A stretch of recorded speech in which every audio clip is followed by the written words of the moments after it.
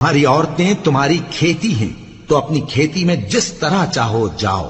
اور اپنے لیے نیک عمل آگے بھیجو، اور اللہ سے ڈرتے رہو، اور جان رکھو کہ ایک دن تمہیں اس کے روبرو حاضر ہونا ہے۔ اور اے پیغمبر، ایمان والوں کو بشارت سنا دو،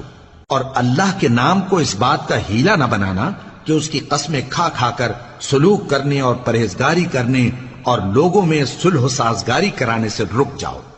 اور اللہ سب کچھ سنتا ہے، جانتا ہے۔ اللہ تمہاری لغو قسموں پر تم سے مواخذہ نہیں کرے گا، لیکن جو قسمیں تم قصد دلی سے کھاؤ گے ان پر مواخذہ کرے گا، اور اللہ بخشنے والا ہے، بردبار ہے۔ جو لوگ اپنی عورتوں کے پاس جانے کی قسم کھا لیں ان کو 4 مہینے تک انتظار کرنا چاہیے۔ اگر اس عرصے میں قسم سے رجوع کر لیں تو اللہ بخشنے والا ہے، مہربان ہے۔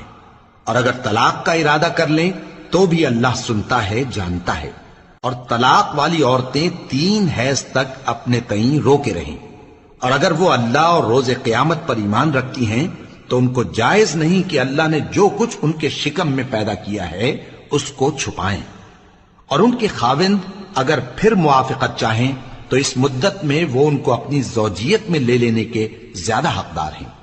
اور عورتوں کا حق مردوں پر ویسا ہی ہے جیسے دستور کے مطابق مردوں کا حق عورتوں پر ہے، البتہ مردوں کو عورتوں پر 1 درجہ فضیلت ہے، اور اللہ غالب ہے، صاحب